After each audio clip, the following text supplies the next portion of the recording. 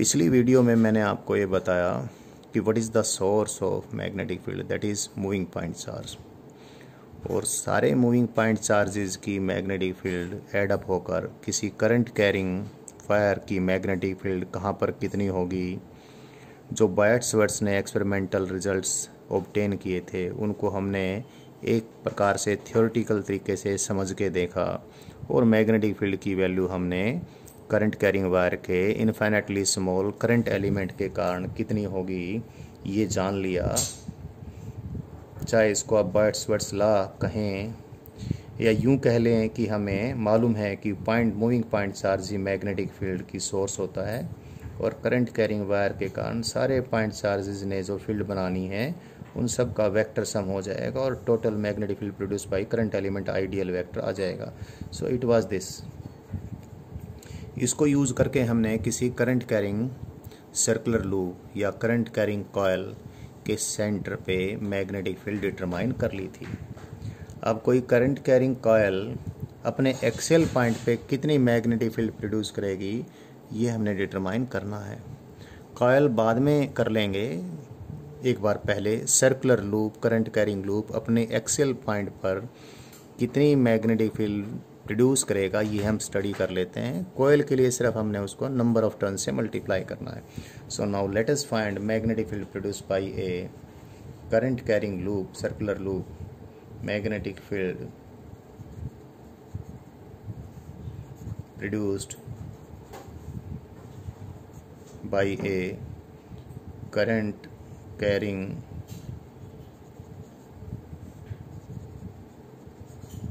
circular loop at its axial point। तो कोई हमने सर्कुलर लूप लिया और इस सर्कुलर लूप का मैंने प्लेन दिखाने की कोशिश की है यहाँ पर, और ये सर्कुलर लूप का एक्सियल पॉइंट है। सर्कुलर लूप की radius suppose it is capital R.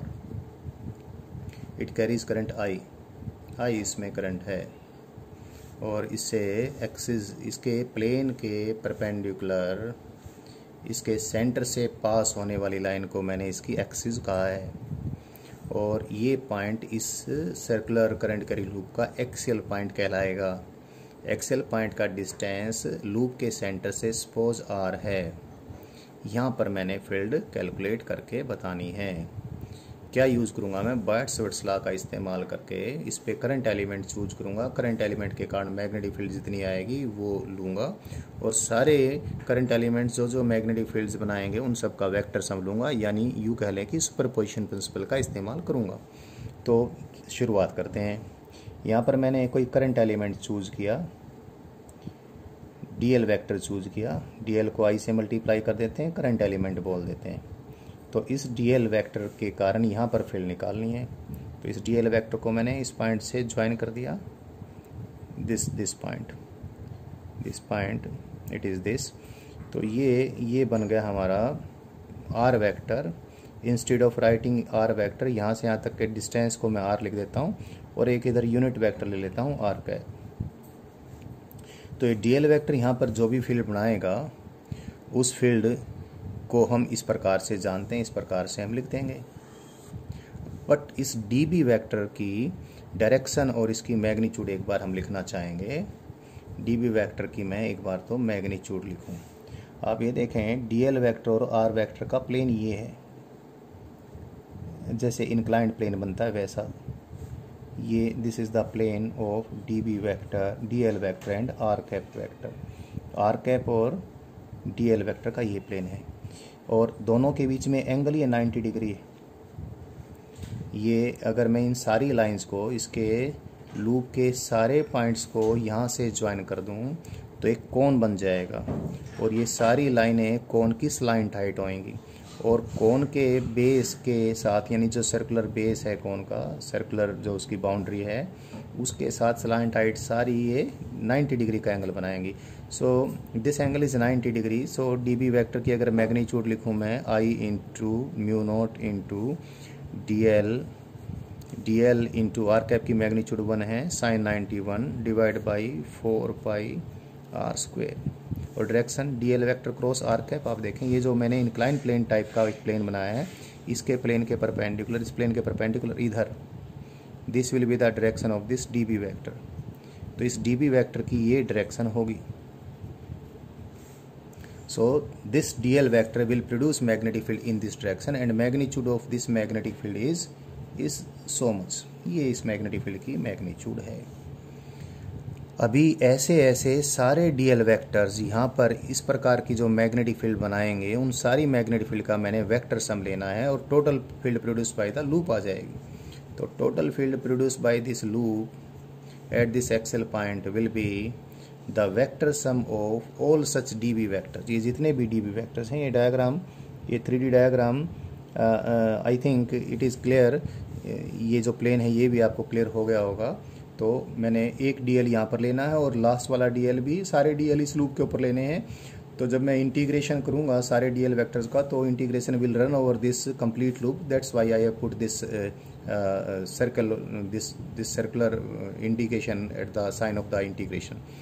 जैसे कि इनिशियल लिमिट भी इसकी वही है और फाइनल लिमिट भी वही है। तो that is integration of D B vector over the complete loop. चलो मैं यहाँ पर लूप लिख भी देता हूँ। अब ऐसा करें, इसको कैलकुलेट करने के लिए मैं इस डी बी, क्योंकि बहुत सारे वेक्टर्स मैंने ऐड करने हैं, डी बी वैक्टर के मैं दो कंपोनेंट बना लूँ। एक तो लूप की एक्सिस के पैरेलल, इस डी बी वैक्टर का एक कंपोनेंट तो मैं इधर बनाऊँ जिसको मैं डी बी पैरेलल वैक्टर बोल दूँगा, और एक एक्सिस के परपेंडिकुलर इधर ये, इसको मैं डी बी परपेंडिकुलर वेक्टर बोल दूंगा। डी बी वेक्टर के मैंने दो कंपोनेंट बना लिए। Let me take this angle to be alpha. So इसके परपेंडिकुलर ये लाइन, इसके परपेंडिकुलर लाइन, ये एंगल भी अल्फा हो जाएगा। तो पहले तो मैं डी बी वैक्टर के दो रेक्टेंगुलर कंपोनेंट बनाए। डी बी वैक्टर को ऐसे लिख देता हूँ, D B vector is D B parallel vector plus D B perpendicular vector. Magnitude हमें मालूम है, डी बी पैरेलल वैक्टर की कितनी मैग्नीट्यूड है, D B sine alpha. D B ये हमने लिख रखा है sine alpha, and D B perpendicular इसकी मैग्नीट्यूड है D B cos alpha. Loop के प्लेन के परपेंडिकुलर एक यूनिट वेक्टर भी मैं डिफाइन कर लेता हूँ, इसको एन कैप बोल देता हूँ। एन कैप की डायरेक्शन मैंने कैसे बनाई, लूप के करंट के अलोंग राइट हैंड की फिंगर्स को ट्विस्ट किया और लूप के प्लेन के परपेंडिकुलर मैंने राइट हैंड का थंब किया। तो जिधर राइट हैंड का थंब पॉइंट करेगा उधर मैं लूप के प्लेन के perpendicular unit vector N cap लिया हूँ। तो अभी डी बी वैक्टर को ये सारा कुछ मेरे को यूज होने वाला है। मैंने अभी ये किया कि इस डी एल वैक्टर ने मैग्नेटिक फील्ड इधर बनाई, infinitely small magnetic field element, and according to Biot Savart law the direction of this is that, magnitude ये आ जाए क्योंकि एंगल 90 डिग्री का होगा। अब इस डी बी वैक्टर के मैंने दो कंपोनेंट बनाए, लूप की एक्सिस के पैरेलल, लूप की एक्सिस के परपेंडिकुलर। तो ये जो इंटीग्रेशन है इसको दो पार्ट्स में मैं सोल्व करूँ। एक तो किसका integration, D B parallel vector का इंटीग्रेशन, और एक किसका, डी बी परपेंडिकुलर वेक्टर का integration. I just replace dB vector by its two rectangular components. So magnetic field produced by the entire loop will be equal to the summation of two integrations. One integration is the integration of the dB parallel vector over the complete loop, and the other integration is integration of dB perpendicular vector over the complete loop. ये दो मैंने integration करने हैं। लेकिन अभी एक चीज़ आप देखेंगे, इस डायग्राम में तो मैंने यहाँ बहुत सारी चीज़ें लिख दी हैं। यहाँ पर वापस इसको बना देता हूँ। इस लूप को मैंने एक बार वापस से बनाया। ये इस लूप की एक्सिस, ये लूप का प्लेन है। ये लूप के प्लेन को और थोड़ा क्लियर करने के लिए 3 डायमेंशनल इसको लुक देने की मैंने कोशिश की है। यहाँ पर मैं फील्ड बनाऊँ, एक डीएल वेक्टर तो मैंने यहाँ लिया, एक डीएल वेक्टर इस प्रीवियसली चूजन डीएल वेक्टर के डायमेट्रिकली अपोजिट ले लेता हूँ। इसका इंक्लाइंड प्लेन ऐसे बनेगा, इस वाला इंक्लाइंड प्लेन ऐसे बनेगा। इस डीएल वेक्टर के कारण मैग्नेटिक फील्ड जो बनेगी इस प्लेन के परपेंडिकुलर, जैसे मैंने यहाँ पर दिखा रखा, ऐसे बनेगी डीबी वेक्टर। इस डीएल वेक्टर को मैं डीएल डैश वेक्टर कह दूँ क्योंकि डायरेक्शन इसके अपोजिट है। अब इसको इससे मिलाऊं तो ये जो मैग्नेटिक फील्ड बनेगी इधर बनेगी, एंगल यही सेम रहेगा, ये एंगल अल्फा है, क्योंकि ये एंगल अल्फा है तो सारे सेमी वर्टिकल एंगल इस कोण के सेम बनेंगे। तो ये मैग्नेटिक फील्ड इधर बनेगी, ये जो मैग्नेटिक फील्ड इधर बनी ये डी बी डैश कहूँगा मैं इसको, D B dash vector. This D B dash vector is produced by this D L vector, and इस डी बी डैश वेक्टर का जो कंपोनेंट होगा एक्सिस के परपेंडिकुलर, जिसको डी बी डैश परपेंडिकुलर कहूँगा, इसका तो पहले ही लिखा है मैंने, डी बी परपेंडिकुलर कंपोनेंट इस करंट एलिमेंट और इस करंट एलिमेंट के, जो कि डायमेट्रिकली चूजन करंट एलिमेंट्स हैं, एक दूसरे के अपोजिट होंगे, बट एक्सिस के पैरेलल कंपोनेंट्स दोनों के मैग्नीट्यूड दोनों के डायरेक्शन में सेम होंगे। इधर ही तो डी बी पैरेलल है और इधर ही डी बी डैश पैरेलल है। अब एक बार डी बी डैश की मैग्नीट्यूड की बात करें, डी बी डैश की मैग्नीट्यूड सेम होगी, जो कि क्योंकि डी एल भी उतना ही है मैग्नीट्यूड में, आई भी उतना ही है, आई भी उतना है, डी एल भी उतना है, और ये डिस्टेंस अगर ये आर है तो ये भी डिस्टेंस आर है।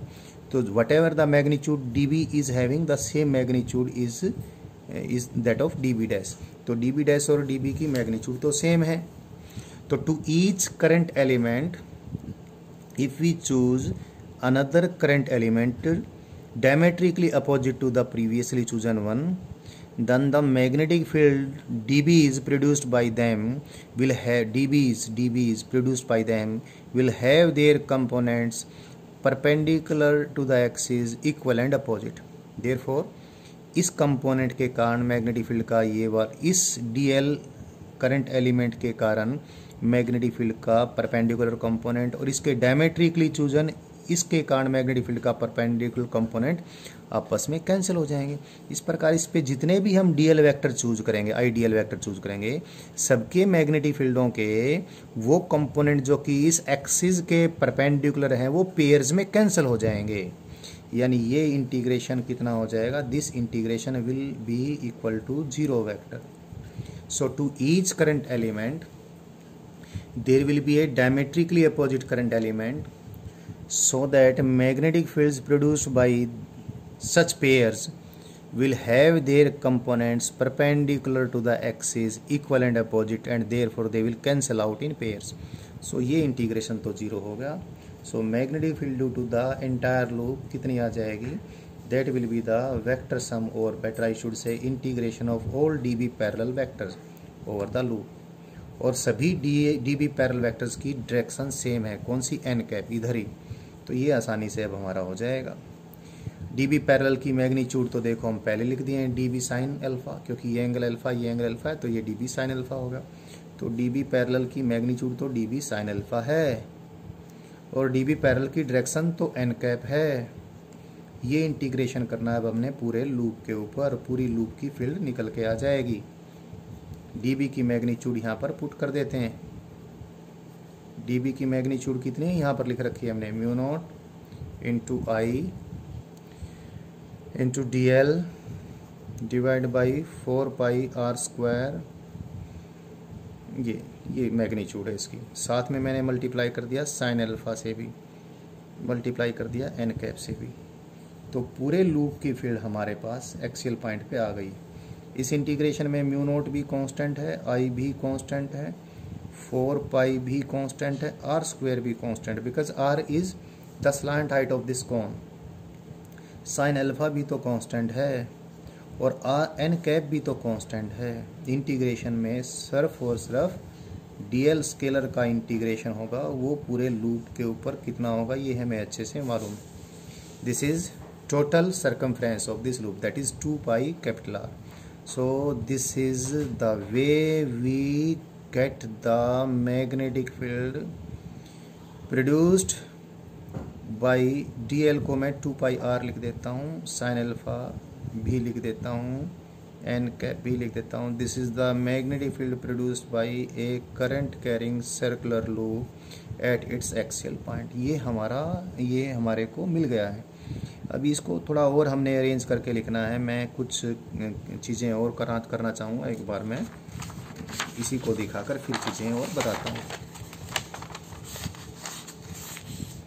सो आई रीड्रा द लूप, और ये x है, ये r है, r स्मॉल r, ये कैपिटल R है, ये एंगल अल्फा लिया था। करंट इसमें इधर है I, ये इसका प्लेन है। मैग्नेटिक, ये एन कैप डायरेक्शन ली थी मैंने अभी, ये डायग्राम देखें आप। और डायरेक्ट मैग्नेटिक फील्ड इधर आई थी हमारी, magnetic field vector P vector जो कि एन कैप डायरेक्शन में है, और मैग्नीट्यूड इसकी और डायरेक्शन के साथ सारी बातें यहाँ पर हैं। मैं इसको लिख देता हूँ। Magnetic field produce by this loop at the axial point is mu naught divide by 4 pi, you can see it here, I 2 pi capital R divide by R square sine alpha direction N cap. Sine alpha को replace कर देते हैं, it is this, मैंने यहाँ पर लिख दिया इसको। साइन अल्फा को रिप्लेस करते हैं, साइन अल्फा की वैल्यू आ जाएगी R divide by small r, so it is mu naught into I. 2 pi को 4 पाई से कट करके नीचे 2 रहने दें। ये साइन अल्फा की वैल्यू पुट करूँगा, कितना आएगी, capital R divide by small r, तो नीचे R क्यूब आ जाएगा और ऊपर ये R स्क्वेयर आ जाएगा। So the magnetic field produced by this, magnetic field produced by this current carrying circular loop at the axial point is this।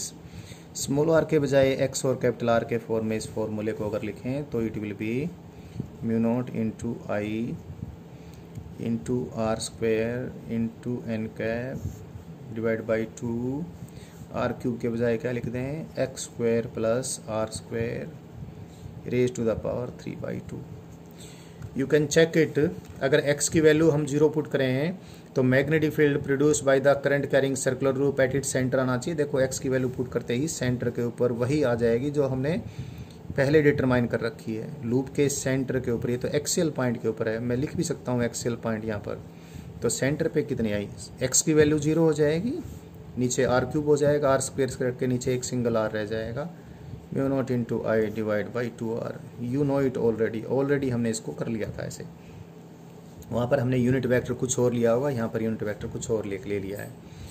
तो Excel point पर हमने जो फील्ड निकाली है, हमने निकाली है एक सिंगल करंट कैरिंग लूप के कारण।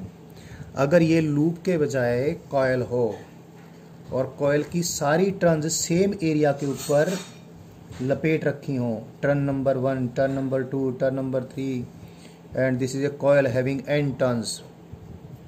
सो इस कॉयल में प्रत्येक टर्न इतनी फील्ड बनाएगी, इतनी, तो सारी टर्न्स कितनी फील्ड बनाएंगी, सेम डायरेक्शन में बनाएगी, तो पूरी कॉयल के कारण कितनी फील्ड हो जाएगी एक्सेल पॉइंट पे, कॉयल के कारण एक टर्न के कारण जितनी है multiplied by n, so that will be mu naught divide by 2 n into I into R square, N cap direction के लिए x square plus R square raise to the power 3/2।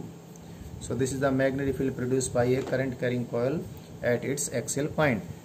लेकिन इस जो हमने एक्सप्रेशन यहाँ पर लिखी है उसको मैं किसी और ढंग से भी एक बार लिखना चाहूँगा।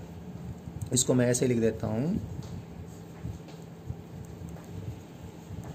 म्यू नॉट रहने देता हूँ मैं, नीचे 2 के बजाय मैं 4 कर देता हूँ और पाई भी कर देता हूँ, तो ऊपर भी मुझे 2 से मल्टीप्लाई करना पड़ेगा और पाई से भी तो मल्टीप्लाई करना पड़ेगा। तो ये n डायरेक्शन n कैप है, n तो ऑलरेडी था, एक मैंने पाई लगाया तो ऊपर भी पाई लगाऊंगा, और R स्क्वेयर ऑलरेडी है और I भी है, ये चीज़ मेरे पास आ गई, और डायरेक्शन n कैप है, इट इज़ दिस, और डिवाइड बाई जो था x square plus R square raise to the power 3/2। But you already know what is this area of the loop of the coil into number of turns into current into a unit vector chosen perpendicular to the plane of the loops of the coil। coil में number of turns गुना में area of the coil कह लीजिए, area of the one turn of the one loop of the coil into current into N cap, और N cap की direction किधर है, जिधर loop में करंट हो उसके अलोंग राइट हैंड की फिंगर्स को फोल्ड करें और प्लेन के परपेंडिकुलर।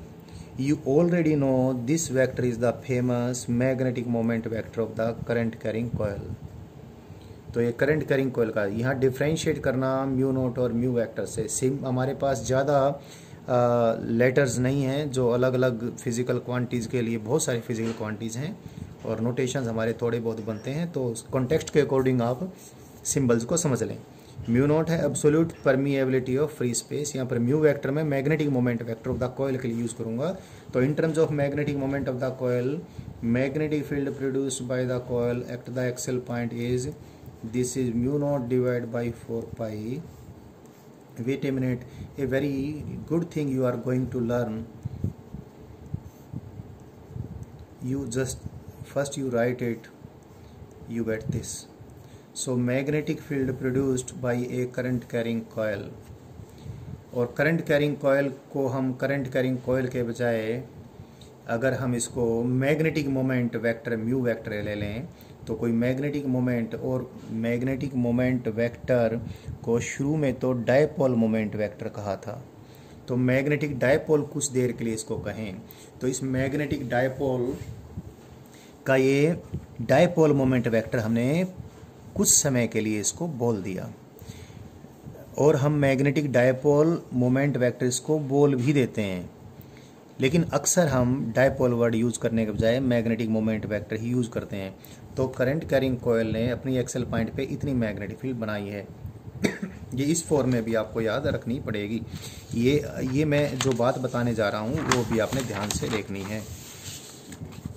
ये कॉयल की एक्सिस के ऊपर मैग्नेटिक फील्ड है, और यदि आप x की value if x is much greater than the radius of the coil, तो ये मैग्नेटिक मोमेंट, इसमें करंट इधर है और इसका मैग्नेटिक मोमेंट वेक्टर इधर है म्यू वेक्टर, और इसके एक्सियल पॉइंट पे यहाँ पर मैग्नेटिक फील्ड देखें, ये मैग्नेटिक फील्ड यहाँ पर देखें तो ये मैग्नेटिक फील्ड की वैल्यू देखो कितनी आ जाएगी, mu naught divide by 4 pi twice of mu vector divide by x cube. मैंने ऐसा इसलिए बताया, अगर मैं अब इलेक्ट्रिक डायपोल की बात करूं, let me take a short electric dipole जिसका डायपोल मोमेंट वेक्टर p है, और डायपोल इलेक्ट्रिक डायपोल से काफ़ी दूर शॉर्ट डायपोल है, तो जो जिस पॉइंट पे फील्ड निकाले वो काफ़ी दूरी मानेंगे। इसकी एक्सिस के ऊपर भी इससे x डिस्टेंस के ऊपर डायपोल के कारण कितनी इलेक्ट्रिक फील्ड आती है, ये तो मैग्नेटिक फील्ड आ गई इसके कारण, यहाँ इधर ये मैग्नेटिक फील्ड है, बी वेक्टर इज दिस, इसके कारण इलेक्ट्रिक फील्ड बनेगी। इलेक्ट्रिक फील्ड की वैल्यू ये आपको मालूम है। इलेक्ट्रिक इफेक्ट्स में जो फंडामेंटल कांस्टेंट हम यूज़ करते हैं 1/4 pi epsilon not into twice of dipole moment vector divide by x cube. एक चीज़ यहाँ से आप थोड़ा कंपैरिजन कर सकते हो, एक चीज़ और भी कंपैरिजन के लिए, यूनिफॉर्म इलेक्ट्रिक फील्ड में अगर आप इलेक्ट्रिक डायपोल को पुट करते हो, इलेक्ट्रिक डायपोल पे कितना इलेक्ट्रिक टॉर्क लगता है, it is P vector cross E vector. और यूनिफॉर्म मैग्नेटिक फील्ड में कोई करंट कैरिंग कॉयल पुट करते हो, करंट कैरिंग कॉयल आपने पुट कर दी कोई यूनिफॉर्म मैग्नेटिक फील्ड में, इसका म्यू वेक्टर इधर है, मैग्नेटिक फील्ड इधर है, ये एक्सटर्नल कोई मैग्नेटिक फील्ड है, तो इस मैग्नेटिक फील्ड में इस करंट कैरिंग कॉयल के ऊपर कितना मैग्नेटिक टॉर्क लगता है, magnetic torque it is mu vector cross P vector. तो mu vector of the current carrying coil और P vector of electric dipole, they are playing the same role. कैसे? जिस प्रकार से dipole moment vector of electric dipole के कारण electric torque किसी electric dipole पे एक्सटर्नल यूनिफॉर्म इलेक्ट्रिक फील्ड में लगता है, उसी प्रकार कॉयल के म्यू वेक्टर के कारण कॉयल के ऊपर एक्सटर्नल यूनिफॉर्म मैग्नेटिक फील्ड में मैग्नेटिक टॉर्क लगता है। आप कंपेयर करें, बी के बजाय ई के बजाय रिप्लेस कर दिया मैग्नेटिक फील्ड को और पी के बजाय रिप्लेस कर दिया म्यू को। अगली बात, इलेक्ट्रिक डायपोल, शॉर्ट डायपोल अपने से काफ़ी दूर एक्सियल पॉइंट पे कितनी इलेक्ट्रिक फील्ड प्रोड्यूस करता है? फंडामेंटल कांस्टेंट इन इलेक्ट्रिसिटी कह दीजिए, fundamental constant of electrostatics 1/4 pi epsilon not into twice of dipole moment vector divide by x3। और म्यू वेक्टर भी तो कोई शॉर्ट कॉयल है, यानी कॉयल का आर काफ़ी कम है, तो वो शॉर्ट कॉयल अपने से अपनी एक्सियल पॉइंट पे काफ़ी दूर कितनी मैग्नेटिक फील्ड पैदा करती है? Fundamental constant in magnetism into twice of mu vector divide by x3। तो म्यू वेक्टर, कॉयल का mu vector magnetic field produce करते वक्त भी उसी प्रकार बिहेव करता है जैसे इलेक्ट्रिक डायपोल का dipole moment vector electric field axial point पे प्रोड्यूस करते वक्त बिहेव करता है। और कॉयल का म्यू वेक्टर मैग्नेटिक टॉर्क के प्रति भी उसी प्रकार का व्यवहार शो करता है जैसा कि इलेक्ट्रिक डायपोल का पी वेक्टर इलेक्ट्रिक टॉर्क के प्रति व्यवहार करता है। मतलब ये कि जैसा नाम इस पी वेक्टर का है वैसा ही नाम इस म्यू वेक्टर का हम रख सकते हैं। तो इस म्यू वेक्टर का initially suggested name magnetic dipole moment vector ही है। बट मैग्नेटिज्म में हम बार मैग्नेट वगैरह या परमानेंट मैग्नेट जब लेते हैं, हालांकि हम नॉर्थ और साउथ पोल लेते हैं, लेकिन बेसिकली वो डायपोल इस प्रकार से नहीं है कि हम नॉर्थ और साउथ पोल को सेपरेट नहीं कर सकते, जैसे कि इलेक्ट्रिक डायपोल में पॉजिटिव और नेगेटिव चार्ज को सेपरेट कर सकते हैं।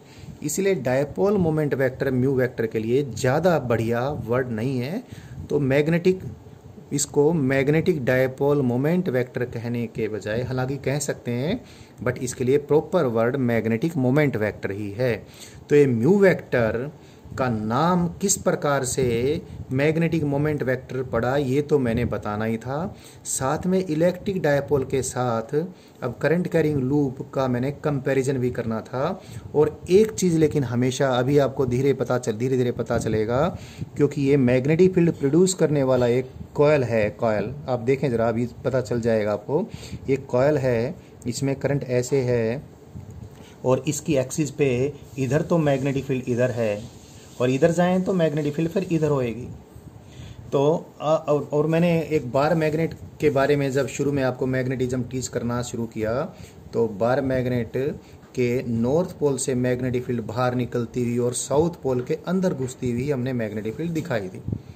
तो करंट कैरिंग कॉयल पे तो वही सिचुएशन है। करंट कैरिंग कॉयल के अगर इसमें इधर करंट है तो जिधर इसका म्यू वेक्टर है इससे बाहर उधर ही ऐसे ही इस फेज से तो मैग्नेटिक फील्ड बाहर निकल रही है, इसके परले फेज पे मैग्नेटिक फील्ड, इसके अपोजिट फेज पे मैग्नेटिक फील्ड अंदर की तरफ एंटर कर रही है। तो इस करंट कैरिंग लूप को ऐसे कंसीडर कर सकते हैं जैसे इसका ये फेज तो नॉर्थ पोल की तरह बिहेव करता है और ये वाला फेज साउथ पोल की तरह बिहेव करता है। तो किसी करंट कैरिंग कॉयल को भी हम जैसे कोई बार मैग्नेट होती है वैसा ही कंसीडर कर सकते हैं। ये कंपैरिजन में आगे और भी बताऊंगा, लेकिन अभी ये लर्निंग होनी चाहिए हमारी। तो इसलिए करंट कैरिंग लूप को या करंट कैरिंग कॉयल को हम मैग्नेटिक डायपोल जैसा ही कह देते हैं, जैसे किसी हम मैग्नेट को मैग्नेटिक डायपोल कह देते हैं। हालांकि वो अलग बात है कि नॉर्थ और साउथ पोल सेपरेट नहीं होते हैं। तो करंट कैरिंग लूप को भी हम मैग्नेटिक डायपोल कह देते हैं। तो इसलिए भी इसका ये जो म्यू वेक्टर है, इसको मैग्नेटिक मोमेंट वेक्टर के बजाय यदि आप डायपोल मोमेंट वेक्टर भी कह दें तो इतनी बुरी बात वो नहीं है। तो कोई करंट कैरिंग लूप जिसको मैं मैग्नेटिक डायपोल भी कह दूं, वो उसका म्यू वेक्टर उसी प्रकार से मैग्नेटिक फील्ड बनाएगा और उसके म्यू वेक्टर के कारण वो उसी प्रकार से मैग्नेटिक टॉर्क फील करेगी एक्सटर्नल मैग्नेटिक फील्ड में, जिस प्रकार से किसी इलेक्ट्रिक डायपोल का पी वेक्टर के कारण इलेक्ट्रिक डायपोल के कारण इलेक्ट्रिक फील्ड होगी और पी वेक्टर के कारण वो इलेक्ट्रिक फील्ड में इलेक्ट्रिक टॉर्क महसूस करेगा। तो मैंने म्यू वेक्टर और पी वेक्टर का कंपैरिजन भी करना था। और वापिस से आ जाते हैं जो मेन बात है, किसी करंट कैरिंग कॉयल के एक्सियल पॉइंट के ऊपर फील्ड आपने इस ढंग से भी याद रखनी है, twice of mu vector divide by X square plus R square raise to the power 3/2। इसको याद रखने का तरीका भी आसान है, आर की वैल्यू स्मॉल हो जाएगी तो एक्स क्यूब आ जाएगा, और इलेक्ट्रिक डायपोल वाला फार्मूला, इलेक्ट्रिक डायपोल के कारण इलेक्ट्रिक फील्ड का फार्मूला आपको वैसे याद रहता है। तो ये याद करना इस प्रकार से आसान है। लेकिन बहुत बार हम म्यू को यूज़ नहीं करते, तो कोई बात नहीं, अगर यूज़ नहीं करते तो म्यू की वैल्यू पुट कर लें, नहीं तो आप डायरेक्ट भी इसको करंट के फॉर्म में याद रखें, तो फिर नीचे 4 पाई नहीं आएगा, 2 आएगा, और ये आ जाएगा हमारा n into I into r square आ जाएगा, और नीचे होगा x square plus r square raise to the power 3/2। और डायरेक्शन आपको मालूम है ही, डायरेक्शन किधर है ये एन कैप, और एन कैप कैसे लेंगे ये मैंने आपको 2-3 बार बता दिया है। So magnetic field produced at the axial point due to a current carrying coil हमने आपको बता दी है, ये आपको याद रखना पड़ेगा। इसको यूज़ करके हमने काफ़ी सारी चीज़ें करनी है। एक बार इस करंट कैरिंग कॉयल के चारों तरफ उसने मैग्नेटिक फील्ड जो बनानी है उसकी फील्ड लाइंस की हम एक बार फील्ड लाइंस की डायरेक्शन का हम डिस्कशन कर लेते हैं।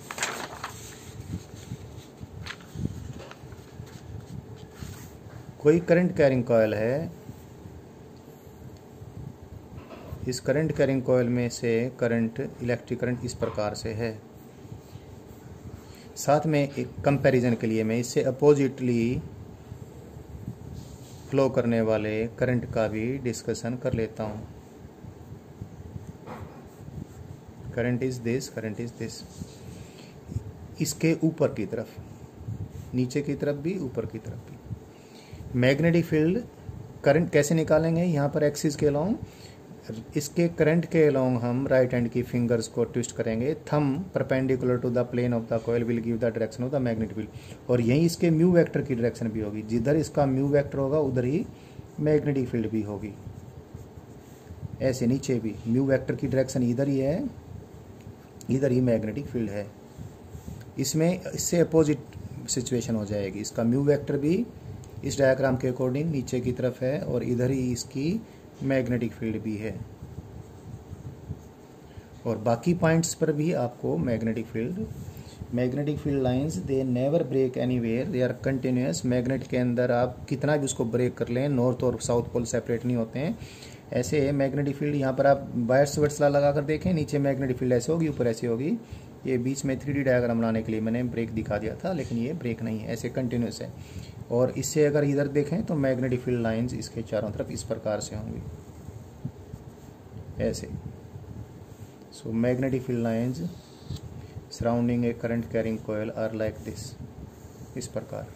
बाकी अब पूरी कर लेंगे। ऐसे ही इसके चारों तरफ ऐसे होंगी मैग्नेटिक फील्ड लाइंस, ये कंटिन्यूस हैं, ऐसे निकलेंगी बाहर, ऐसे।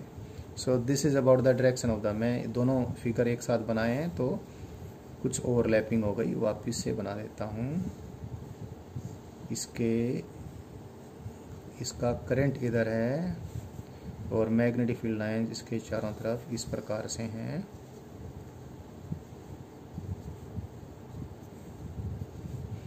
और इसको अगर मैं किसी बार मैग्नेट की फील्ड लाइंस के साथ कंपेयर करूं और इसको मैं सस्पेंड भी करूं अर्थ की मैग्नेटिक फील्ड में, तो बहुत आसानी से कुछ कंपैरिजन हो जाएंगे। अगर मैं किसी बार मैग्नेट से कंपेयर करूं तो ये बार मैग्नेट का नॉर्थ पोल है, ये बार मैग्नेट का साउथ पोल है, तो इस पे मैग्नेटिक फील्ड ऐसे ही होती है। यानी एक कंपैरिजन आप अभी से साथ लेकर चलें। क्या करंट कैरिंग कॉइल के जिस फेज से उसका म्यू वेक्टर बाहर की तरफ हो, करंट कैरिंग कॉइल का वो face north pole of a bar magnet की तरह बिहेव करेगा, और जिस फेस पे मैग्नेटिक फील्ड अंदर की तरफ हो, यानी उसका म्यू वेक्टर अंदर की तरफ हो, वो जैसे बार मैग्नेट का साउथ पोल बिहेव करता है, मैग्नेट कॉइल का वो फेस जिस पे म्यू वेक्टर अंदर की तरफ है वो साउथ पोल की तरफ बिहेव करेगा। यानी इस कॉइल के ऊपर वाले फेस को हम नॉर्थ पोल और इसके नीचे वाले फेस को हम साउथ पोल की तरह ट्रीट कर सकते हैं। अगर इसको हम मैग्नेटिक फील्ड में सस्पेंड करेंगे तो भी वही बात होगी। एक बार करके भी दिखा देते हैं। सपोज ये, इस बात को मैं वापस से फिर बताऊंगा। सपोज ये अर्थ की मैग्नेटिक फील्ड है जो कि अर्थ के साउथ पोल से नॉर्थ पोल की तरफ मैंने किसी भी जगह पर खड़े होकर horizontal south to north direction दिखाई है, अर्थ की मैग्नेटिक फील्ड। ये एक्सटर्नल फील्ड की तरह कंसीडर करूँ। अब मैंने कोई करंट कैरिंग कॉयल यहाँ पे सस्पेंड कर दी। करंट कैरिंग कॉयल का म्यू वेक्टर इधर है, इसके प्लेन के परपेंडिकुलर। और आपको मालूम है करंट कैरिंग कॉयल के ऊपर मैग्नेटिक टॉर्क हम पहले ही कितना होगा और किस डायरेक्शन में होगा आपको मालूम है, it that will be in the direction of mu vector cross B vector. और म्यू वेक्टर हमेशा अपने आप को टर्न करता है जिससे कि म्यू वेक्टर एक्सटर्नल फील्ड की डायरेक्शन में हो जाए। तो ये करंट कैरिंग कॉयल ऐसे टर्न होगी। और ये अगर ऐसा होता, ये कोई बार मैग्नेट होती है और बार मैग्नेट का नॉर्थ पोल होता है, ये साउथ पोल होता, तो बार मैग्नेट भी इस मैग्नेटिक फील्ड में सस्पेंड करते। तो ये शुरुआती जो लर्निंग है उसके अकॉर्डिंग मैं बता रहा हूँ, जो बिल्कुल इनिशियल लर्निंग थी, तो भी तो इसका नॉर्थ पोल मैग्नेटिक फील्ड यानी नॉर्थ डायरेक्शन में टर्न हो जाएगा, तभी तो इसको नॉर्थ पोल कहा था। सो एक करंट कैरिंग कॉयल के उस फेस को हम जहाँ से उसका म्यू वेक्टर आउटवर्ड हो उसको किसी बार मैग्नेट के नॉर्थ पोल की तरह ट्रीट कर सकते हैं। और करंट कैरिंग कॉयल का वो फेस जहाँ पर म्यू वेक्टर अंदर की तरफ हो किसी बार मैग्नेट के साउथ पोल की तरह ट्रीट कर सकते हैं। और इससे लर्निंग आप थोड़ी अपनी और भी बढ़ा लें। इसके जरिए आप ये सोच सकते हैं जो बार मैग्नेट है बेसिकली वो बहुत सारे उसमें कोई करंट कैरिंग लूप्स होते होंगे। और लूप्स इस प्रकार, जैसे कोई बार मैग्नेट है, ये बात आपको मैंने 2-3 बार अभी बोला है, इस बात को मैं और ज़्यादा आपको बताने वाला हूँ अगली लर्निंग में कि इस एक बार मैग्नेट है तो बार मैग्नेट में भी एटॉमिक लेवल पे करंट्स आपस में ऐड अप होकर इस प्रकार से इसमें करंट लूप्स बन जाते होंगे। और प्रत्येक करंट लूप का मैग्नेटिक मोमेंट ऐसे होता होगा, ऐसे इसमें करंट लूप्स बन जाते होंगे एटॉमिक लेवल के ऊपर चार्ज पार्टिकल के मोशन के कारण से सारे करंट ऐड होकर। और पहले तो जब ये चीज़ें इस प्रकार से हो रही थी तब तो इलेक्ट्रॉन की डिस्कवरी भी नहीं हुई थी। अब तो हमें मालूम है सब कुछ इलेक्ट्रॉन्स के कारण होता है। तो एटम्स के अंदर इलेक्ट्रॉनिक्स करंट ऐड अप होकर इस प्रकार से लूप्स बनाते होंगे कि ओवरऑल किसी बार मैग्नेट को हम ऐसा कंसिडर कर लें जैसे bar magnet is consisting of many current carrying loops and currents carrying loops are going over its surface round the magnet. इस प्रकार से इसका म्यू वेक्टर बन जाएगा और म्यू वेक्टर के ऊपर एक्सटर्नल मैग्नेटिक फील्ड में टॉर्क लगता है। कैसे? Mu vector cross B vector की डायरेक्शन में। इसलिए कोई bar magnet external magnetic field में टर्न हो जाती है, इसलिए कोई बार मैग्नेट सस्पेंड करने पे नॉर्थ साउथ डायरेक्शन में ओरिएंट हो जाती है। इस चीज़ को फिर भी डिस्कस करूंगा, लेकिन अभी ये सारी चीज़ होने लग रही थी तो कंपेरिजन हम कर रहे थे तो हमने कर लिया है। तो किसी करंट कैरिंग सर्कुलर लूप या कॉयल की एक्सिस पे कितनी मैग्नेटिक फील्ड होगी, उससे रिलेटेड और भी कुछ चीज़ें हम लर्न कर सकते थे। और ये लर्निंग मैंने आपको करवानी थी, ये लर्निंग करवा दी है। और अब आगे हम और शेप के भी करंट कैरिंग वायर्स कंसीडर करेंगे। पहले हम कंसीडर करेंगे स्ट्रेट करंट कैरिंग वायर, उसकी मैग्नेटिक फील्ड को कैलकुलेट करेंगे, फिर हम कुछ और करते हैं। Now let us find the magnetic field at some distance away from a straight current carrying wire. Magnetic field due to a straight current carrying wire. Straight current carrying wire के कारण magnetic field निकालेंगे। वही तरीका होगा, पूरे wire को ideal current elements में divide करेंगे। किसी एक करंट एलिमेंट के कारण मैग्नेटिक फील्ड निकालेंगे, डीबी वेक्टर, सबका हम वेक्टर सम ले लेंगे, सुपरपोजिशन प्रिंसिपल लगाएंगे और पूरे वायर के कारण मैग्नेटिक फील्ड निकल जाएगी। ये कोई करंट कैरिंग वायर है, इट कैरीज करंट आई। इस करंट कैरिंग वायर से किसी डिस्टेंस पे से डिस्टेंस ए पर हमने यहाँ मैग्नेटिक फील्ड कैलकुलेट करनी है। सबसे पहले इसमें क्या कंसीडर कर लें, कोई करंट एलिमेंट कंसीडर करें। यहाँ से जिस पॉइंट पर फील्ड निकालनी है उससे हमने वायर पे परपेंडिकुलर ड्रॉप किया। ये जो फोटो परपेंडिकुलर है, यहाँ से एल डिस्टेंस पे हमने कोई करंट एलिमेंट चूज़ किया, डीएल लेंथ का ये करंट एलिमेंट हमने चूज़ किया, आइडियल करंट एलिमेंट। ये करंट एलिमेंट यहाँ पर जो मैग्नेटिक फील्ड बनाएगा उसको हम डीबी वेक्टर कहेंगे। डीबी वेक्टर निकालने का वही तरीका जो बायट-सैवर्ट्स लॉ ने हमें भी बताया था। ये आर कैप डायरेक्शन हो गई, ये डिस्टेंस यहाँ से यहाँ तक r हो गया। यहाँ पर फील्ड आप देखें, ये पूरा डायग्राम ये पेपर के प्लेन में ही है। तो DL vector cross are cap कागज़ के प्लेन के पेपर के प्लेन के परपेंडिकुलर इनवर्ड होगा। इसको मैं के कैप सपोज बोल देता हूँ। पहले मैं इस करंट एलिमेंट के कारण यहाँ पर जो मैग्नेटिक फील्ड बायट-सवार्ट्स लॉ के अनुसार जो होगी वो डीबी वेक्टर लिख देता हूँ। डीबी वेक्टर की कितनी वैल्यू होगी, mu naught into I into D L vector cross are cap divide by 4 pi are square. And you know D L vector cross are cap लूँगा तो मुझे दोनों के बीच में एंगल भी लेना पड़ेगा, से दिस एंगल इज थीटा।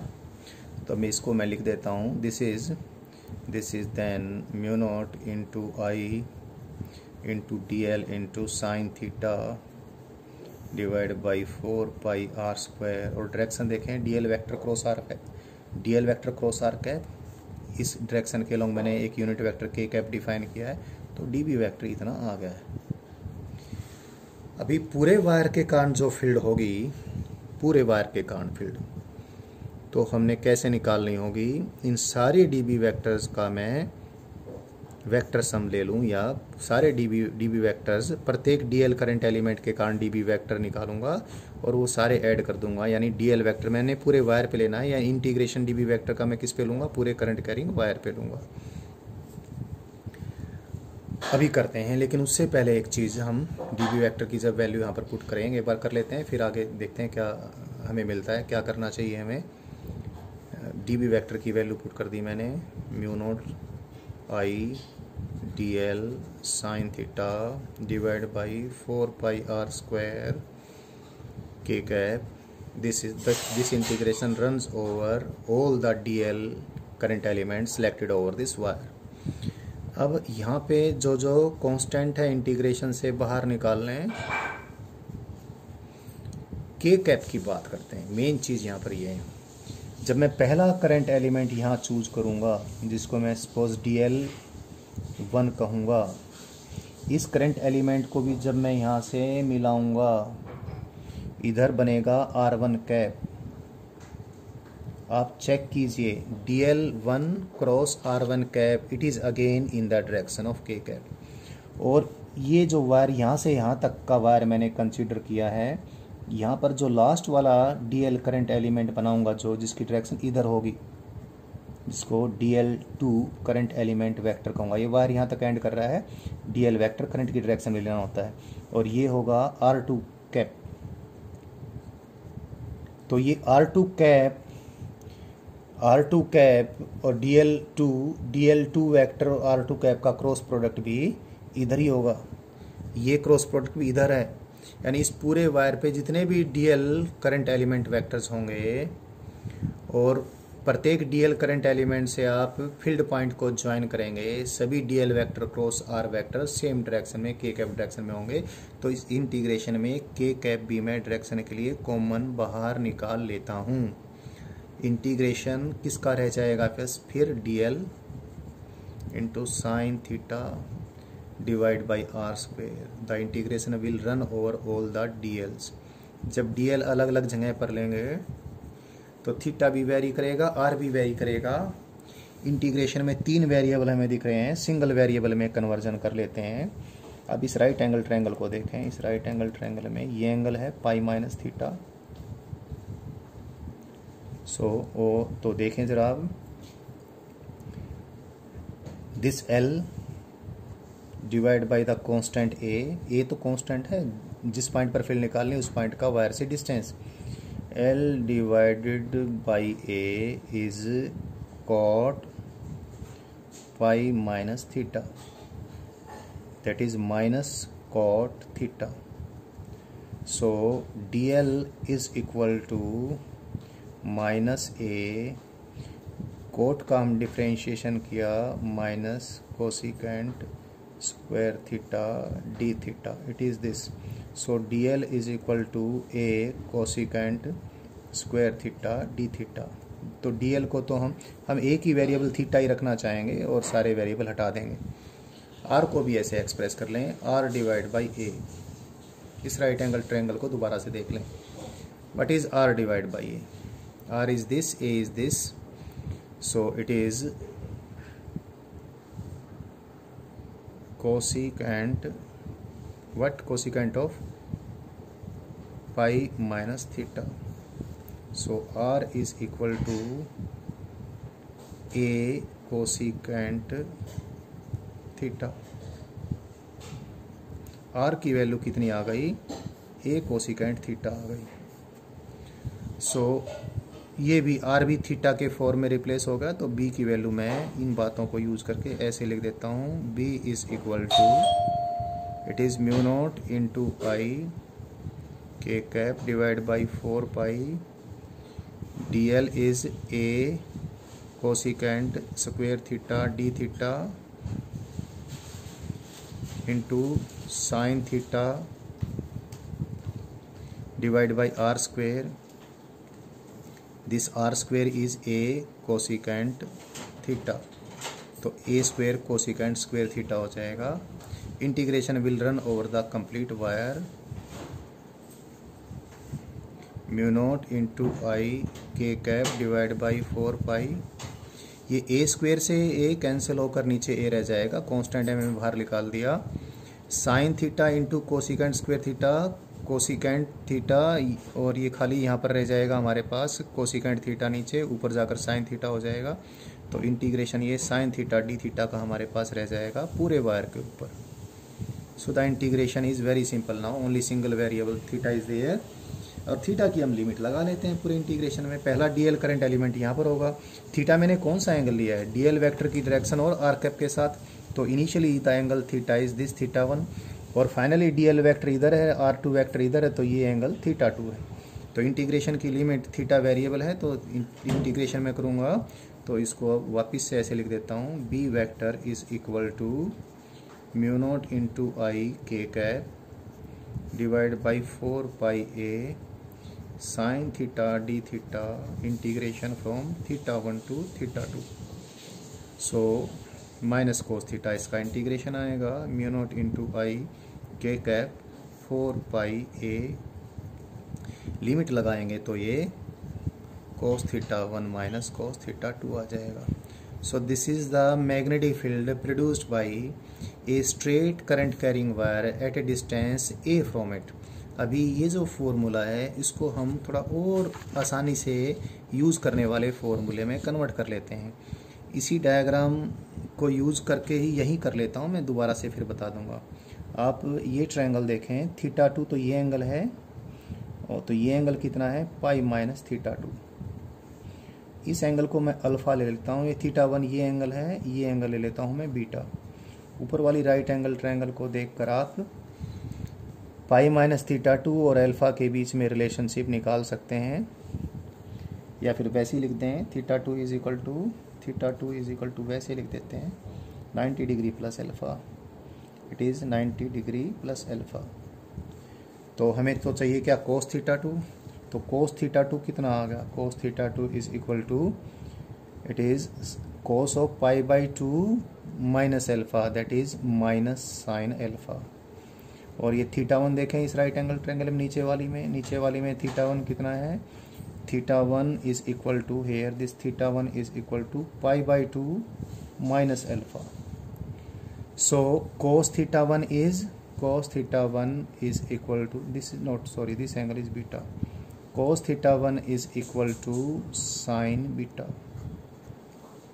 तो कोस थीटा 1 को तो मैं साइन बीटा लिख दूंगा, और कोस थीटा 2 को माइनस साइन अल्फ़ा लिख दूंगा. तो ये फॉर्मूला मेरा क्या बन जाएगा? यहाँ पर बहुत सारी चीज़ें होंगी, मैं अगले पेज पे ही चला जाता हूँ. इस बात को मैं वापस से लिखूँगा.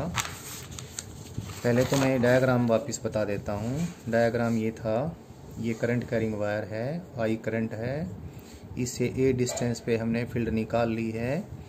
ये एंगल थीटा 1 है, और ये वाला एंगल ऊपर जो लास्ट वाला डीएल करंट एलिमेंट आएगा उसको थीटा 2 लिख दिया हमने. और ये डायरेक्शन हमने के कैप ली, और यहाँ पर फील्ड की वैल्यू कितनी आ गई थी? अब डायग्राम देखें और एक्सप्रेशन भी देखें. फील्ड की वैल्यू आ गई थी हमारी ये, that is how much? Mu naught into I k cap divide by 4 pi A. Cos theta 1 minus cos theta 2. It is this one. This is the formula, final expression for the magnetic field. इसको मैंने इन दो angles में convert करना है। ये angle alpha ले लिया, ये एंगल मैंने बीटा ले लिया। ऊपर वाली राइट एंगल ट्रायंगल को देखें, theta 2 exterior angle is sum of the internal opposite angles pi by 2 plus alpha. So cos theta 2 is equal to cos of pi by 2 plus alpha, that is minus sin alpha। इस triangle को देखें, beta plus theta 1 is 90 degree. So beta is equal to theta 1 is equal to 90 degree minus beta. तो cos theta 1 is equal to cos of 90 degree minus beta, that is sine beta. So यहाँ पर negative sign में एक दो बार आप गड़बड़ कर जाते हैं, कौन सा एंगल थीटा 1 लेना है, कौन सा थीटा 2 लेना है, तो उससे आपका बचाव हो जाता है अगर हम इन अल्फा बीटा के फॉर्म में इसको याद रखें। So magnetic field is equal to mu naught into I into k cap divide by 4 pi a. Cos theta 1 is sin beta, minus cos theta 2 is sin alpha, so it is sin alpha plus sin beta. So magnetic field due to a current carrying straight wire at a distance a from it is this। और k cap बड़ी important बात है। देखो जरा, k cap मैंने dl vector cross r cap बना कर बार बार दिखाया आपको कि सारे dl वेक्टर्स यहाँ पर फील्ड ऐसे ही बनाएंगे। अब इसको याद करने का तरीका हमारे पास ये है, हम दोबारा से वही राइट हैंड का ही बार बार इस्तेमाल करते हैं। राइट हैंड के थंब को हम करंट के लॉन्ग ले लें। तो अब ये देखें, उसके बाद अपनी राइट हैंड की फिंगर्स को रोटेट करें थंब के लॉन्ग। तो इस करंट के इस साइड में हमने फील्ड निकालनी है। तो देखो हमारी फिंगर्स कैसे गई, अंदर की तरफ गई, तो ऐसे फील्ड। और ऐसे ही अगर हम एक चीज़ और देख लें, ये डीएल करंट एलिमेंट इधर हैं, अगर हमें यहाँ फील्ड निकालनी होती तो डीएल करंट एलिमेंट तो इधर और आर कैप इधर, तो DL current element cross are cap इधर होता, यानी यहाँ पर तो फील्ड इधर होगी इसके, इस वायर के इस डायग्राम के अकॉर्डिंग लेफ्ट साइड में तो फील्ड ऊपर की तरफ है और राइट साइड में फील्ड अंदर की तरफ है। अब देखो, राइट हैंड का थंब मैं इस करंट के लॉन्ग ले लूँ और राइट हैंड की फिंगर्स को मैं थंब के चारों ओर इस प्रकार से टर्न कर दूं, तो इस करंट कैरिंग वायर के लेफ्ट साइड में तो फील्ड ऊपर की तरफ है और राइट साइड में ये उंगलियां मुड़ के नीचे की तरफ जाएंगी। अब वैसे देख लें, राइट साइड में उंगलियां मुड़ के नीचे की तरफ हैं। तो राइट हैंड के थंब को करंट कैरिंग स्ट्रेट वायर के करंट के अलोंग कर लेता हूं, तो उस थंब के चारों तरफ राइट हैंड की फिंगर जिस प्रकार से कर्ल होंगी, जिस प्रकार से टर्न होंगी, उस प्रकार से करंट कैरिंग स्ट्रेट वायर के चारों तरफ सर्कुलर मैग्नेटिक फील्ड लाइंस बन जाएंगी। तो इस मैग्नेटिक फील्ड की डायरेक्शन भी आपने डिटरमाइन करने आ गई है, मैग्नीट्यूड भी। मैग्नीट्यूड को एक बार फिर से डायग्राम बनाकर फिर से अल्फा बीटा बताकर अभी बता दिया है, बट एक बार फिर बता देता हूँ याद करने के लिए। करंट कैरिंग वायर है, करंट कैरिंग वायर के दोनों एंड्स को, वायर के जितने पार्ट की फील्ड हमने कैलकुलेट करनी है उतने पार्ट के दोनों एंड्स को हमने उस पॉइंट से ज्वाइन कर दिया जहाँ पर फील्ड निकालनी है। इस पॉइंट का यहाँ से डिस्टेंस ए है, एक एंड ऊपर जिधर करंट जाने लग रहा है वहाँ उस एंगल को अल्फा ले लिया और ये एंगल हमने बीटा ले लिया। तो ये करंट कैरिंग वायर यहाँ पर जो भी फील्ड बनाएगा, ये डायरेक्शन आप राइट हैंड थंब रूल के अकॉर्डिंग निकाल लेंगे। फील्ड की मैग्नीट्यूड लिखना आप सीख लें, mu naught into I divide by 4 pi ए, ये तो फटाफट हमने नीचे लिख ही दिया, into sine of this angle plus sign of this angle. So this is the magnetic field produced by a straight current carrying wire. इसके स्पेशल केसेस बड़े important हैं, वो अभी आपने लर्न कर लेने हैं। स्ट्रेट करंट कैरिंग वायर की फील्ड हमने देख ली है। अगर हम इसके राइट बाइसेक्टर पे फील्ड निकालें, राइट बाइसेक्टर, तो राइट बाइसेक्टर के केस में ये एंगल अल्फा और ये एंगल बीटा दोनों ही तो बराबर हो जाएंगे। फील्ड की डायरेक्शन आप राइट हैंड थंब रूल के अकॉर्डिंग डिटरमाइन कर ही लेंगे। फील्ड की मैग्नीट्यूड कितनी आ जाएगी, डायरेक्शन के लिए मैंने लिख दिया, तो के कैप लिख देता हूँ, mu naught divide by 4 pi into I और sine alpha plus sine alpha. So B is equal to, a लिखना मैं भूल गया, ए ध्यान, mu naught B vector is equal to mu naught into I divide by 2 pi A into sine alpha. Right bisector पे field इतनी होगी। दूसरा special case, अगर ये वायर इनफाइनाइटली लॉन्ग वायर है और इसके कारण से हमने फील्ड निकालनी है, तो ये डिस्टेंस ए है, इस पॉइंट को मैं एंड से मिलाऊं तो अल्फ़ा भी 90 डिग्री हो जाएगा, और मैं नीचे वाले एंड को मिलाऊं तो ये बीटा भी 90 डिग्री हो जाएगा। और मैग्नेटिक फील्ड यहाँ पर कितनी होगी, डायरेक्शन तो मैंने बनाई दी डायग्राम के अकॉर्डिंग, करंट के according, right hand thumb rule के अकॉर्डिंग। कितनी मैग्नीट्यूड, म्यू नॉट इंटू आई, अल्फा और बीटा दोनों 90 डिग्री हैं, और तो कितना आ गया ये sin 91, it is this is very important. Magnetic field produced by an infinite long current carrying wire at a distance a from it, mu naught into I divided by 2 pi a। साथ साथ आप इसका जो competitor है circle के centre पे field भी आप याद रखें। सर्कल के सेंटर पे फील्ड कितनी, mu naught into I divide by 2r। तो सर्कल के सेंटर पे फील्ड इतनी है, और सर्कल भी अगर a रेडियस का है तो ये और अच्छे से आप याद रखें, a रेडियस का सर्कल है, फील्ड की value mu naught into I divide by 2a। और अगर इनफाइनाइटली लॉन्ग वायर है उससे ए डिस्टेंस पे फील्ड कितनी, mu naught into I divide by 2 pi ए।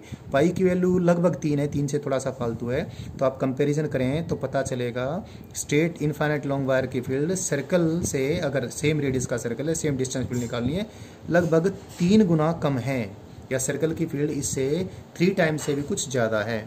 तो ये स्पेशल केस नंबर 2 था, और स्पेशल केसेस के करते हैं अभी कुछ हम। नंबर 3, कई बार ऐसा वायर होगा, वायर के एक एंड के सामने हमने फील्ड निकालनी होगी और दूसरा एंड उसका इन्फिनिटी तक होगा। तो ऐसा कोई अगर वायर है तो यहाँ से मैं इस एंड को यहाँ तक मिलाऊं तो बीटा तो 0 हो गया, लेकिन अल्फ़ा तो फिर क्या है, अल्फ़ा तो वापस से 90 डिग्री है। और infinite long field due to a current carrying straight wire is mu naught into I divide by 4 pi A into sine alpha plus sine beta. ये होता है अल्फ़ा की वैल्यू 90 डिग्री 1, बीटा की वैल्यू 0, साइन बीट 0 0, तो b is equal to mu naught into I divide by 4 pi A. Infinite long wire से जितनी field होती है उससे आधी। तो कई बार इसको सेमी इनफाइनाइट वायर बोल देते हैं, हालांकि शब्द ठीक नहीं है, फिर भी इस प्रकार बोल देते हैं। और फील्ड की डायरेक्शन दोबारा से आप राइट हैंड थंब रूल से निकाल दें, ये आ जाएगी। तो हमने 3 इसके स्पेशल केस किए हैं। एक स्पेशल केस और भी बहुत इंपॉर्टेंट है। करंट कैरिंग वायर की एक्सिस, वायर की कुछ न कुछ तो थिकनेस होती है, तो बिल्कुल उसकी एक्सिस के सामने कोई पॉइंट ऊपर है इसके, या वायर के एक्सिस के सामने ही कोई पॉइंट नीचे भी है, यहाँ पर फील्ड निकालनी है। तो जो भी आप डीएल करंट एलिमेंट लेंगे इस पे, और किसी भी डीएल करंट एलिमेंट से इसका पोजीशन वेक्टर लेंगे, तो आर कैप और डीएल वेक्टर सेम डायरेक्शन में होंगे, और नीचे R cap vector and DL vector opposite direction में होंगे। तो इन तो आर कैप और डीएल वेक्टर के बीच में 180 डिग्री का एंगल होगा, इनके बीच में 0 डिग्री का एंगल होगा। तो DL vector cross are cap इन सारे केसेस में 0 हो जाएगा, यानी यहाँ पर भी ये करंट कैरिंग वायर 0 फील्ड पैदा करेगा, यहाँ पर भी ये करंट कैरिंग वायर 0 फील्ड पैदा करेगा। यानी किसी करंट कैरिंग स्ट्रेट वायर की एक्सिस के अलोंग, एक्सिस पे ही कोई पॉइंट है वायर के सामने, चाहे यहाँ पर हो चाहे यहाँ पर हो, तो वायर वहाँ पर कितनी फील्ड प्रोड्यूस करेगा, 0 फील्ड प्रोड्यूस करेगा। So straight current carrying wire के कारण एक चीज़ और, सारी जगह पर फील्ड मैंने निकलवा दी है, एक चीज़ और भी आप ध्यान रखें। कई बार वायर, करंट कैरिंग वायर इतना बड़ा है और फील्ड निकालनी है हमने, यहाँ पर फील्ड निकालनी है, यहाँ तो 0 होगी, बता दिया मैंने। तो इसको भी क्या करेंगे हम, इसको भी हम ज्वाइन कर लेंगे वायर से। डिस्टेंस तो यहाँ से हम निकाल ही लेंगे, डिस्टेंस तो ए डिस्टेंस है, और ये एंगल तो हो गया हमारा अल्फ़ा, ऊपर वाला पार्ट जो एंगल बनाएगा, और नीचे वाला पार्ट जो एंगल बनाएगा उसको बीटा कहा है। तो आप थोड़ा करके देखें, थोड़ा सा आपने इधर करंट ले लिया और इसके अपोजिट भी करंट ले लिया, तो यहाँ से यहाँ तक का तो करंट पूरा वायर बन जाएगा, यहाँ से वाला करंट अपोजिट फील्ड बनाएगा। तो यहाँ पर जो फील्ड की वैल्यू आएगी वैसे ही आपने अल्फ़ा और बीटा के फॉर्म में इसको याद रखना है, लेकिन ये फील्ड की value sine alpha minus sine beta आ जाएगी। सो द मैग्नेटिक डायरेक्शन, वही ये करंट इधर है तो मैग्नेटिक फील्ड की डायरेक्शन ये आ जाएगी। सो स्ट्रेट वायर के कारण कहीं पर भी मैग्नेटिक फील्ड कितनी होगी वो मैंने बता दिया। एक बार डायरेक्शन के लिए वापस से बता देता हूँ।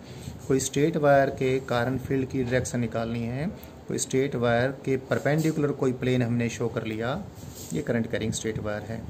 तो यहाँ से r डिस्टेंस पे यहाँ पर भी फील्ड, क्योंकि इस पॉइंट को यहाँ से मिलाऊँ तो अल्फ़ा और इस पॉइंट को मिलाऊँ तो बीटा, अल्फ़ा बीटा। अगर मैं एक सर्कल बना दूँ इसके चारों, तो देखें जरा, इसके चारों तो मैंने एक सर्कल बना दिया r रेडियस का या a रेडियस का, तो इस सर्कल के सारे पॉइंटों पर फील्ड की मैग्नीट्यूड सेम होगी, क्योंकि जितने ही पॉइंट को मिलाऊंगा यहाँ से और यहाँ से, यहाँ से और यहाँ से, तो अल्फ़ा और बीटा पूरे सर्कल के सारे पॉइंटों के लिए सेम होगा। तो नंबर 1 तो इस स्ट्रेट करंट कैरिंग वायर के प्लेन के परपेंडिकुलर एक सर्कल बनाया a रेडियस का या r रेडियस का, तो उस सर्कल के सारे पॉइंटों पर फील्ड की मैग्नीट्यूड सेम होगी। और यहाँ पर फील्ड अब क्रॉस प्रोडक्ट के रूल के अनुसार देखें, यहाँ पर फील्ड होगी इधर, यहाँ पर फील्ड होगी इधर, यहाँ पर फील्ड होगी इधर। इस सर्कल के अलोंग सब जगह फील्ड सर्कल के टेंजेंशियल होगी। तो किसी स्ट्रेट करंट कैरिंग वायर के चारों तरफ magnetic field circular field lines के रूप में होंगी। और उन सर्कुलर फील्ड लाइंस की डायरेक्शन कैसे होगी, अब आप राइट हैंड रूल के अनुसार, राइट हैंड थंब रूल के अनुसार निकाल लें। ये कोई प्लेन है, इसमें इसके परपेंडिकुलर ये कोई करंट कैरिंग वायर है, तो क्या करें, करंट के अलोंग आप राइट हैंड के थंब को ओरिएंट करें। तो जैसे राइट हैंड की फिंगर्स इस प्लेन में टर्न होंगी, वो इसके चारों तरफ मैग्नेटिक फील्ड लाइंस जो सर्कुलर होंगी, सर्कुलर फील्ड लाइंस की डायरेक्शन होगी। तो स्ट्रेट करंट कैरिंग वायर के चारों तरफ तो फील्ड लाइंस सर्कुलर होंगी। तो उसको डायरेक्शन कैसे निकालेंगे, स्ट्रेट हमारा थंब है और गोल गोल हमारी राइट हैंड की फिंगर्स हैं। तो जैसे गोल गोल फिंगर्स हैं वैसे ही गोल गोल मैग्नेटिक फील्ड हो जाएगी। लेकिन अगर करंट गोल गोल है, करंट यानी लूप में है, तो गोल गोल तो हमारी राइट हैंड की फिंगर्स है और थंब स्ट्रेट फील्ड हो जाएगी। इसके एक्सिस पे फील्ड थंब के अलोंग होगी और लूप के चारों तरफ अपनी राइट हैंड की फिंगर्स को टर्न कर लेंगे। तो राइट हैंड रूल से किसी स्ट्रेट करंट कैरिंग वायर की फील्ड लाइंस भी, और राइट हैंड रूल से ही करंट कैरिंग लूप की फील्ड लाइंस की भी डायरेक्शन हम डिटरमाइन कर लेते हैं।